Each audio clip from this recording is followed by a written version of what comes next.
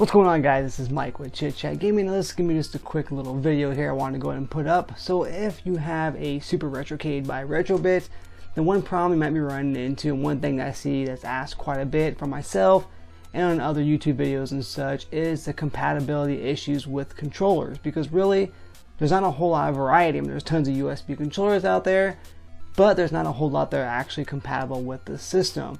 And really, to find out, you almost have to just have to test it and check and see and kind of just experiment with it. So I recently got a couple of controllers here from Castlemania Games, and they're both Hyperkin brand, which is a brand that I really do like, but I do prefer RetroBit a little bit more. But one crazy thing is that the RetroBit dual link controllers, believe it or not, they don't work with the actual Super RetroCade, which I was actually surprised, but both these do. This here is a Sega Genesis USB controller that's made for PC, Mac, RetroPies and stuff as well too, and they do work for the Super RetroCade. This is the GN6 from Hyperkin, Sega Genesis controller, and this here is the Premium Scout controller, Hyperkin brand as well too, Super Nintendo controller. Once again, both PC, Mac compatible, but they do both work on the Super RetroCade. So I just want to kind of go over those a little bit here. Now, they both run about 20 bucks. You can get them from CastlemaniaGames.com, and both, like I said, about 20 bucks I think is what the price was on them. If you use my code here, ChitChat, you will receive 10%, and of course anything of $20 or more you're going to get free shipping on. Now, I did kind of want to go over a couple of these really quick, as I did open this both of them here again to obviously try it. So this one here, though, like I mentioned, is the GN6. This is the USB Sega Genesis controller.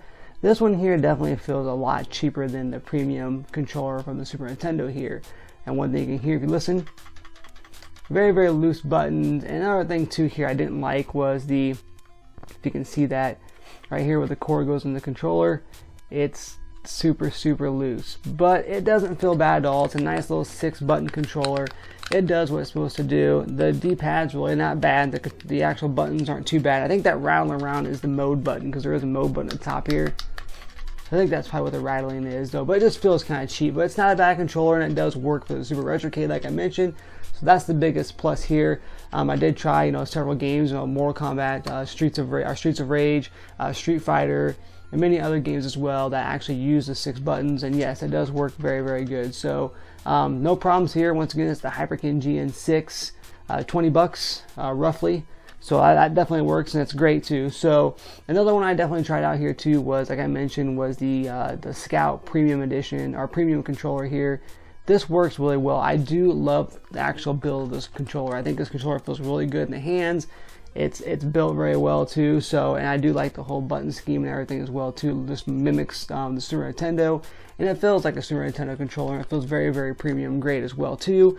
One thing I noticed with this one here is that when you're actually playing games like Mortal Kombat and Street Fighter, you do have to go ahead and map out the buttons as well too. So you want to make sure you go to controller configurations in some of the games and remap the buttons to what you like. Because I know, like when you're playing on the regular RetroCade controllers that come with it, stock, basically when you're playing a game like Mortal Kombat, you got high punch, low kick, and high kick.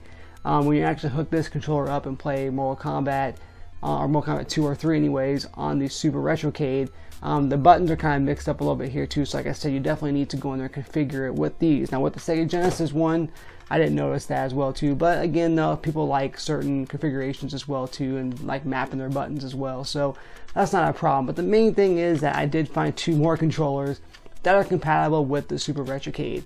And once again, they're both Hyperkin controllers, which is really weird because Hyperkin works on these. I understand that these are kind of more universal and such, or USB, but it just kind of stinks that some of the RetroBit controllers don't, especially that dual link one, which I really enjoy.